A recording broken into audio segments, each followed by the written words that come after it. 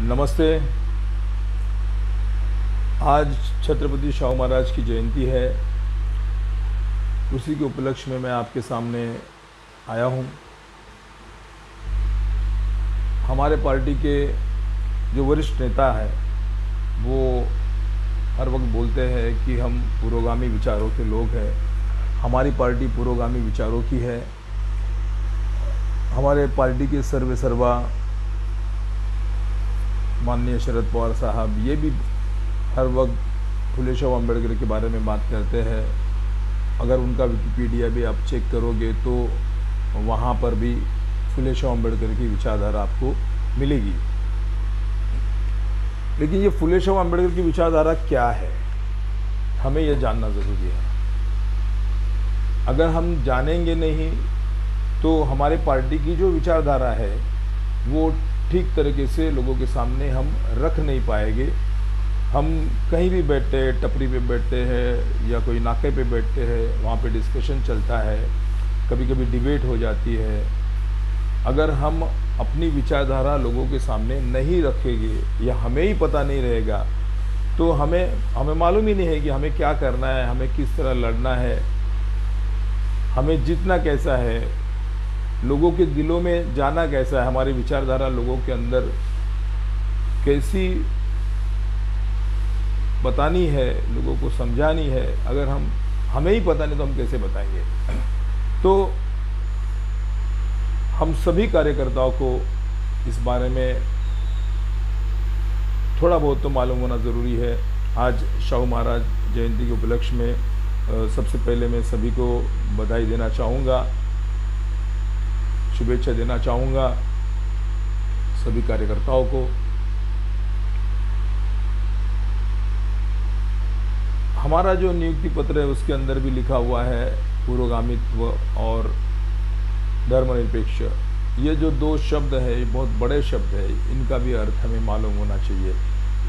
जब हम इनका इतिहास पढ़ेंगे तभी हमें मालूम पड़ेगा। और डॉक्टर बाबा साहब ने कहा है जो इतिहास पढ़ता नहीं है तो इतिहास क्या बनाएगा।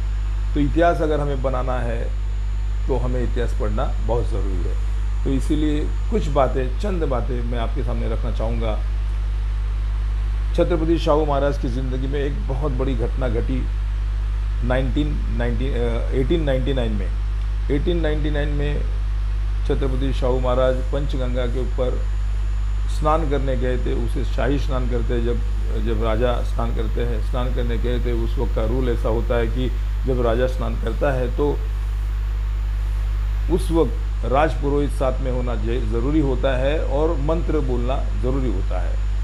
तो राजपुरोहित यानी कि पहले से ही देश में कुछ प्रथा रही है, पुरोहित ब्राह्मण ही हुआ करते थे। तो नारायण भट्ट करके जो ब्राह्मण था वो राजपुरोहित था, और जबकि उसे पता था कि आज राजा स्नान करने जाने वाले, उसके बावजूद भी वो नहीं आया था। तो राजा को ये पता चला, राजा ने कहा जरा ढूंढो उसे, कहाँ है राजपुरोहित। तो लोग उसे ढूंढने चले गए, उसके घर पे गए। घर पे जाने के बाद में उसके पत्नी ने क्या जवाब दिया सुनिए। वो घर में तो थे ही नहीं नारायण भट्ट। पत्नी ने जवाब दिया कि वो गए रहेंगे कहीं अपना मुंह काला करने। अब मुंह काला करना क्या होता है आपको अच्छी तरह पता है।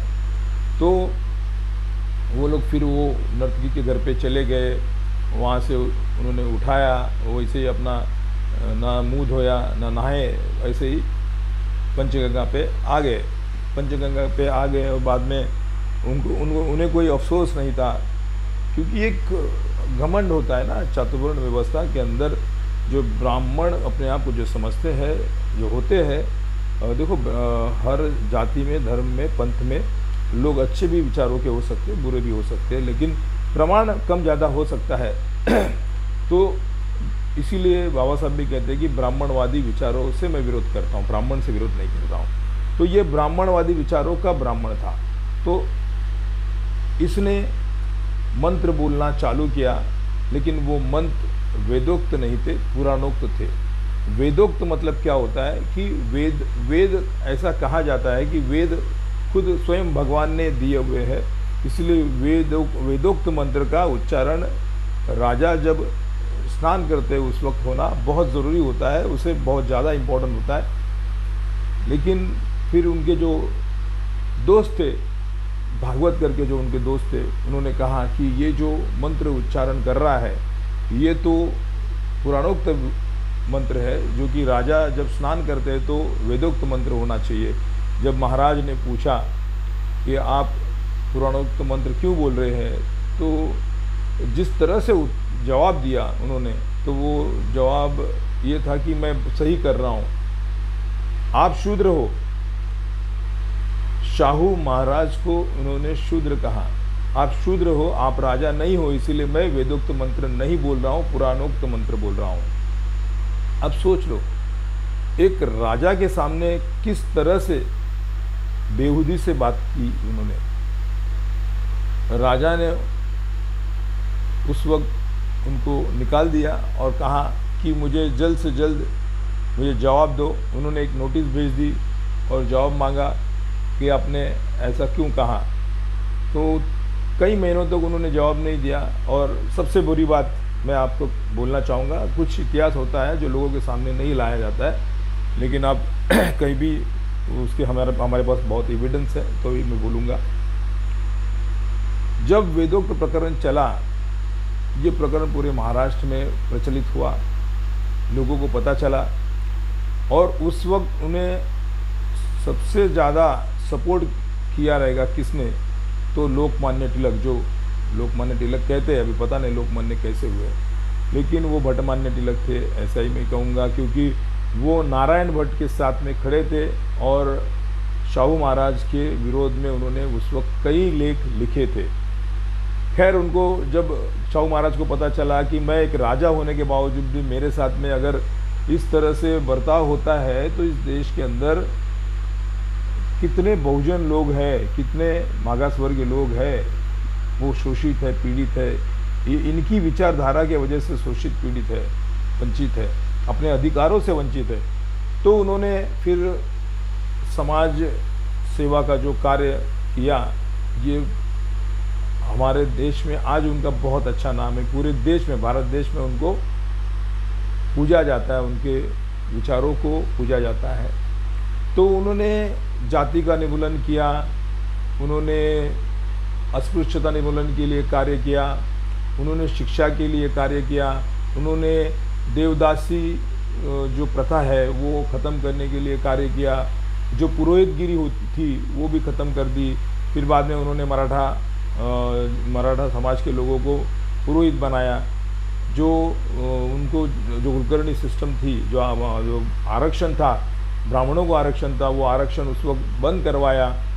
और सबसे पहला इस देश के अंदर किसी ने आरक्षण दिया होगा जो पिछड़ी जाति को, तो वो शाहू महाराज ने आरक्षण दिया गया।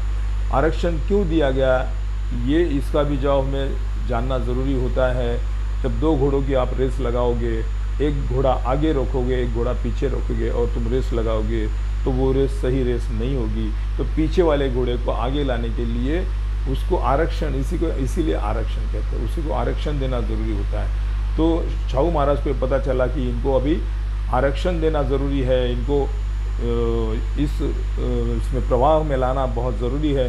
इनके पास कुछ भी नहीं है, वो हर क्षेत्र में वो पिछड़े हुए हैं, तो उनको अगर साथ में लाना है तो उन्हें आरक्षण देना बहुत ज़रूरी है। और शिक्षा के लिए उन्होंने बहुत महान कार्य किया।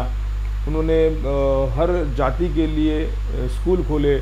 जब उनको समझ में आया कि एक स्कूल के अंदर अलग अलग जातियों के लिए एक साथ में पढ़ने के लिए कहा, लेकिन वो स्कूल में लोग नहीं आ रहे थे, क्योंकि उस वक्त जातिवाद का पकड़ा बहुत ज़्यादा था, इसलिए लोग नहीं आ रहे थे। तो शाहू महाराज को पता चला कि मुझे अलग अलग स्कूल खोलने चाहिए। तो फिर उन्होंने क्या किया, लोग पढ़ना ज़रूरी था, अगर स्कूल में ही लोग नहीं आएंगे तो क्या मतलब है। इसीलिए उन्होंने अलग अलग जाति के अलग अलग स्कूल बनवाए ताकि लोग पढ़े। फिर उन्होंने जाति निर्मूलन का एक बहुत अच्छा उदाहरण, बहुत अच्छा काम किया। उन्होंने एक कामले करके जो था, उसको एक चाय की टपरी खोल के दी। जो मागास वर्ग थे, पिछड़ी जाति के थे, उनको चाय की टपरी खोल के दी। चाय की टपरी तो खोल के दी, लेकिन उनके चाय की टपरी के ऊपर कोई भी नहीं जा रहा था, कोई चाय नहीं, मतलब होटल खोल के दिया था, कोई वहाँ पे जा नहीं रहा था। कास्टिज़म की वजह से। तो शाहू महाराज को जब ये पता चला तो एक बार क्या किया, पूरा मतलब पूरी उनकी टीम साथ में, राजा है तो उसके साथ में बहुत 50 लोग तो होते ही होते हैं, तो उनको सबको लेके वो उस होटल पे चले गए और सबको चाय पीने को बोला। खुद तो पिए ही पिए, सबको चाय पीने को कहा। तो इस तरह से वो मैसेज दिया करते थे। फिर मानगांव की एक परिषद हुई थी, उस परिषद में डॉक्टर बाबा साहब अम्बेडकर और उनकी पहली बार मुलाकात हुई, और उस वक्त लोगों को कहा कि मेरे बाद में आपका अगर मसीहा कोई रहेगा, पिछड़ी वर्गों का मसीहा रहेगा, तो ये डॉक्टर बाबा साहब अम्बेडकर रहेंगे। उस वक्त मानगांव की परिषद में उन्होंने कहा था। फिर डॉक्टर बाबा साहब अम्बेडकर को उनका आगे का एजुकेशन करने के लिए न्यूज़पेपर के लिए उन्होंने आर्थिक सहायता की थी। फिर उन्होंने व्यापार के लिए, कला के लिए, क्रीड़ा के लिए, साहित्य के लिए उन्होंने बहुत काम किया। उन्होंने व्यापार बढ़ाने के लिए उद्देश्य से भी राधा नगरी एक बहुत बड़ा उन्होंने डैम बनाया। मतलब बहुत आधुनिक विचार के शाहू महाराज थे, उनके विचार बहुत आधुनिक थे। जिस गांव के अंदर 500 से ज़्यादा लोग हैं, उस गांव में उन्होंने स्कूल खोले। स्कूल पे बहुत ज़्यादा उन्होंने ये लक्ष्य दिया, बहुत कंसंट्रेट किया। जो लोग स्कूल में अपने बच्चों को नहीं भेजते थे उनको 1 रुपया दंड दिया, ताकि लोग स्कूल में भेजें, क्योंकि वो जानते थे स्कूल का महत्व क्या है, एजुकेशन का इम्पोर्टेंस क्या है वो जानते थे।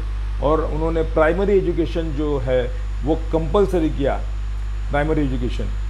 तो सोचिए 1899 में उनकी इतनी बड़ी सोच थी। हम आगे कब बढ़ेंगे? जो हमारे देश का हर नागरिक के लिए समता, स्वतंत्र, बंधुत्व और न्याय के लिए हम लड़ेंगे। जो शोषित, पीड़ित, वंचित जो समाज है उनको हम साथ में लेके चलेंगे, तो हम सबकी प्रगति होने वाली है, सबका डेवलपमेंट होने वाला है। तो ये हमें जानना बहुत ज़रूरी होता है। ये इतनी बात मैं कहता हूँ, अपनी बात रखता हूँ, अपनी बातों को पूर्ण विराम देता हूँ। नमस्ते।